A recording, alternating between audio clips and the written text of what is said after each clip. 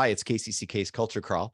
I'm Dennis Green, and my guests today are from upcoming exhibit at Gilded Pear Gallery. Joining me today via Zoom from various locations all around the country.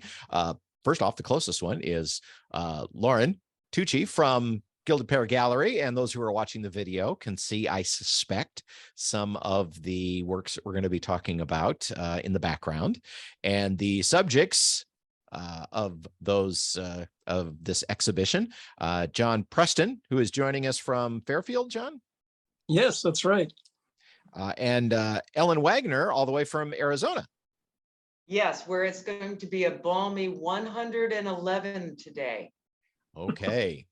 Well, here in Iowa, we've already started the inevitable temperature decline, but hopefully there'll be good weather for the artist reception, which is coming up on this Friday the 9th. Yes, Lauren? Yep, correct. So Lauren, let's start with you. The exhibit, the downstairs exhibit on the main floor is called Rare Earth and features John and Ellen. And in a little pre-interview, we discovered that Ellen and John is the person that Ellen has been exhibited with more than any other artist that she can remember. Correct, Ellen? That's absolutely the truth. And when I first saw John's work in a gallery in Cedar Rapids, maybe in about 1992 or 93, he was in the Corner House Gallery, and I immediately fell in love with his work. And then years later started exhibiting together. So I've always really looked to John as a bit of an artistic mentor and inspiration. Lauren, you reacted in a little bit of surprise when you learned that. So I'm guessing that you did not know that these two had been paired often together. So tell me what led to you pairing them for this exhibit. You know, I had no idea that had happened. Their work clearly just speaks to one another. And for anybody who doesn't already know their work, John and Ellen both have rich history in pastel artwork. Now, John's work on display in this show is not pastel, but that doesn't mean that the difference or the correlation between two of them don't speak to one another. They're really wonderful. And when I had thought about putting two landscape artists together, I thought, well, John's work has a very unique way of depicting the land. It's not like a photograph. It's not quite impressionistic either, but there's some kind of mysteriousness to it.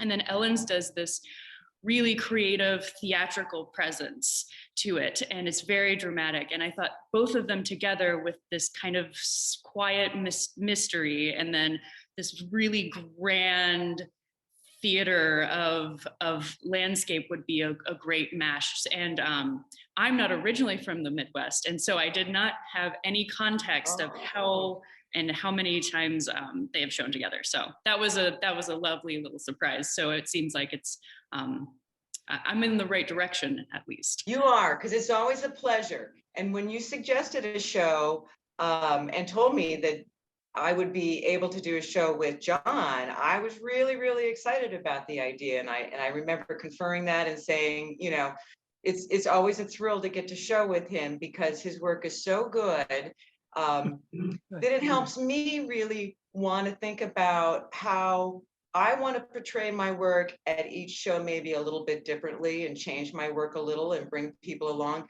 And yet there's sort of a consistent familiarity of a golden thread that strings through my work because it's often focused on certain counties in Eastern Iowa where I live and used as my muse. So it was a real thrill when you said I was going to show with John. Well, John, we have not let you get a word in edgewise, so now you have the opportunity for a 2-minute rebuttal. I was thrilled to be showing with Ellen again too, and I didn't realize that. Yeah, when I thought about it, we have been in more shows together, usually landscape themed, right, than any other artist I can think of. So, And yeah, there is a kind of a, Ellen, you have a kind of an East Coast, Maryland, DC. I do. I went to school in Washington, D.C. at the Corcoran School of Art, which is now the Art School of George Washington University, and it's right across the street from the White House. And so I Wow. spent a lot of time on the Eastern Shore of Maryland painting too. Yeah, and that's basically where I lived before I came to Iowa. So Oh, well, it totally made sense then, didn't it? yeah.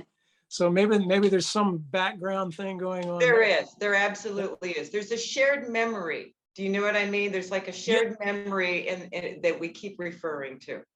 Yep.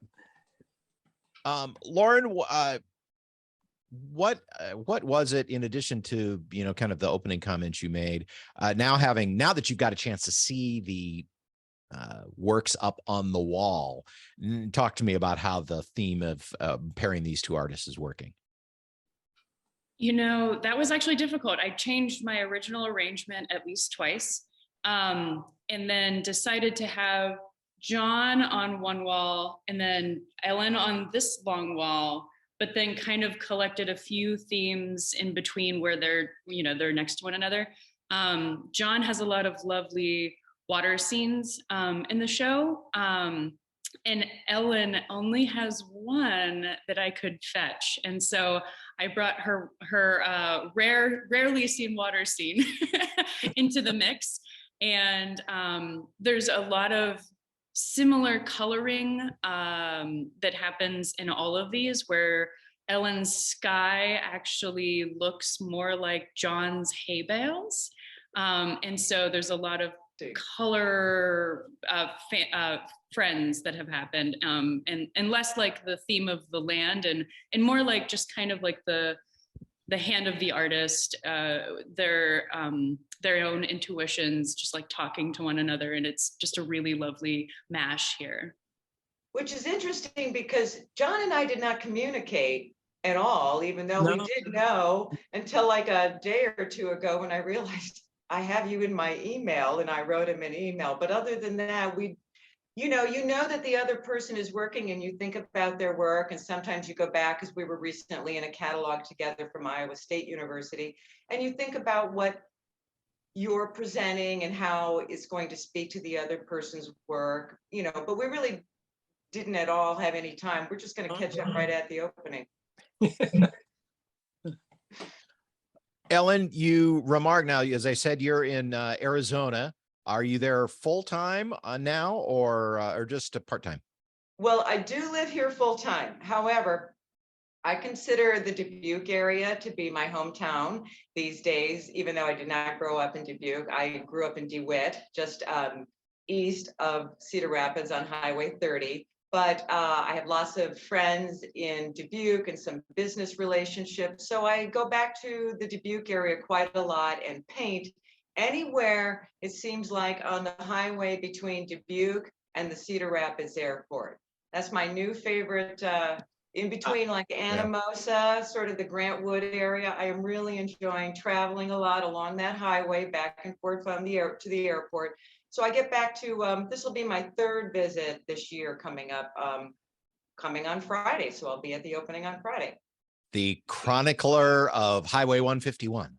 151, exactly. And then that goes over into Clinton County also as well, a little ways. So, it's a road I've traveled on quite a lot. Do you anticipate, as time goes by, doing more work in Arizona, or do you really feel you've got a lot of stories left to tell in Eastern Iowa? Well, I continue to paint things in Arizona. My next show right now is at Pepperdine University in Malibu, California. And that show is an entirely different body of work. So I don't entirely always focus on the Iowa landscape. For me, it's really something that comes after I take a trip there and I want to do it obsessively. And then I might take a break and take a trip and do something a little bit different. I'm also interested right now in doing paintings of forest fires.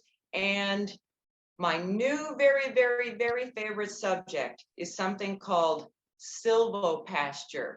And it's about a new way of grazing cattle where you're not just doing it on open pasture, but grazing happens in a forest.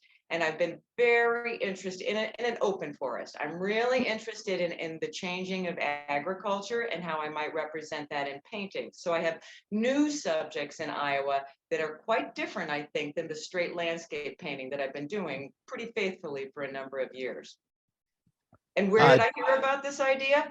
NPR. So I get a lot. It's amazing where, you know, you get a new idea. And I heard a story about agriculture, which I really enjoy listening to stories on like Marketplace about agriculture, and then it gives me an idea. And I think about how these ideas might be something in contemporary art that I want to talk about that are new and fresh, and might reach back to the past, but are new contemporary ideas in agriculture that I want to represent in my work. Well, we in public radio like to think that the work we do is not just factual, but also inspirational. John, so you live in Fairfield, and Ellen talked quite particularly about certain geographical areas that inspire her. What about you? Are there certain places you like to go back to, or are your landscapes more, is your work more, oh, this kind of inspires me to go off in an imaginative direction? Are you depicting actual places, or are you just using those as inspiration? They're actual places, yes. A lot of them are either, I think there's one or two little plein air pieces that are done on location. And then the larger ones are workups from ones that are done on site, or sketches and things. So I'm going to bring some of the sketchbooks too. Yeah, they're actual locations. Of late, circumstances have kept me actually rather near to where I live. But there is a great deal of variety there. I used to kind of roam around and look for that ideal subject. And then eventually it dawned on me that I was just driving around till the light got right. And so I just wait till the light is right, and then I go out and look for what I'm wanting. I am transitioning a lot. I mean, it's interesting I didn't know about Ellen's new sylvan grazing. Silvopasture. Silvopasture. So that's fascinating to me, because lately I have been taking a different look at agriculture. I used to do kind of the amber waves of grain thing, which, being a suburban kid coming out from the coast, you know, I just, you know, big fields, wow, big skies. Now I'm looking at it, and it's changed a lot in the time that I've been here, and very, very mechanical, the scale has gone up enormously. And so I'm just looking at that, and maybe the lack of water, or the sometimes too much water, or all those kinds of things. And then I've also gravitated sort of away from the big panoramic view to maybe a little more close in. My horizon has come up from the bottom fifth of the page, and it's up to halfway or higher now.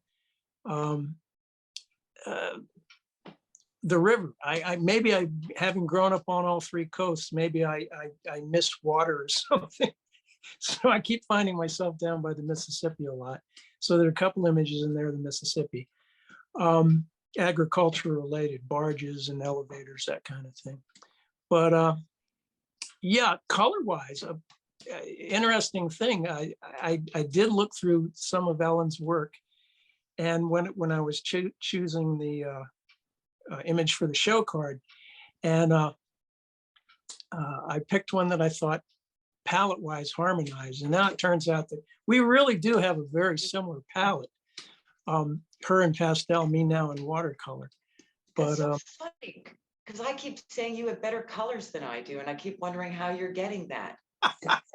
well, you're an experienced pastelist, so you know the problem there. You probably have to have a box of 300, 400, 500 colors, and I can get all of those and more with 6 tubes. No, I tell people that I never use more than about 4 or 5, because I don't want to be confused by too much. I like have ADD. It has to be a limitation. Well, then we definitely are kind of in a. I got to find out what brands you're using. I think that's what it is. I think it's a product thing. Well, then it's our subject too. That's true. That's And true. Oh, maybe- here, I have to pull a painting forward. Yesterday, because I finally have time to work, now it's just John and I freely talking to each other. I started making a painting of what I thought the derecho, when the derecho happened. Are you getting that? Oh, yes, now we are. Those who are Yeah. watching the video here. Go Yeah. ahead and talk so I get you back on the screen, Ellen. Oh, okay. So I started making a painting yesterday about the derecho. And I really have been thinking about it ever since it happened, because the morning after the derecho, and of course, friends called me right away, they mentioned on Good Morning America on the weather report about the derecho, and then they vocalized the town of DeWitt and Cedar Rapids, which totally shocked me. And for me, of course, anything that's a dramatic weather event is definitely something that I'm interested in portraying. And I just really didn't have time to work on it over the last few years, but at some point I know I'm going to do a huge painting of the derecho. This is just a small study to get me going. It's great that a location can inspire you. John and Ellen's exhibit is called Rare Earth, and it's on now at the Gilded Pear Gallery. Been going for about a week, but the artist reception is coming up on September 9th, and you can hear Ellen and John talk about the brand of pastels they use and other stuff too. Lauren, remind us of the time of the reception. From 5 to 7:30. And gallery hours, if people want to stop by and take a look at these but can't make the reception. Yeah, we're open 10 to 5 most days from Monday through Friday, and then 10 until 2 on Saturday. And this show goes for a nice long time. It goes until November 12th. And in conjunction with Laura Young's show, who we're also going to be speaking with as well, which is in the upstairs gallery. And open now, as Lauren said, at the Gilded Pear Gallery. John and Ellen, thanks so much for joining us remotely. Looking forward to seeing you when you're in Iowa in a few days. Great. Thank you for having us. And Lauren, remind us of the website of the gallery for those who want more information. Certainly, gildedpeargallery.com.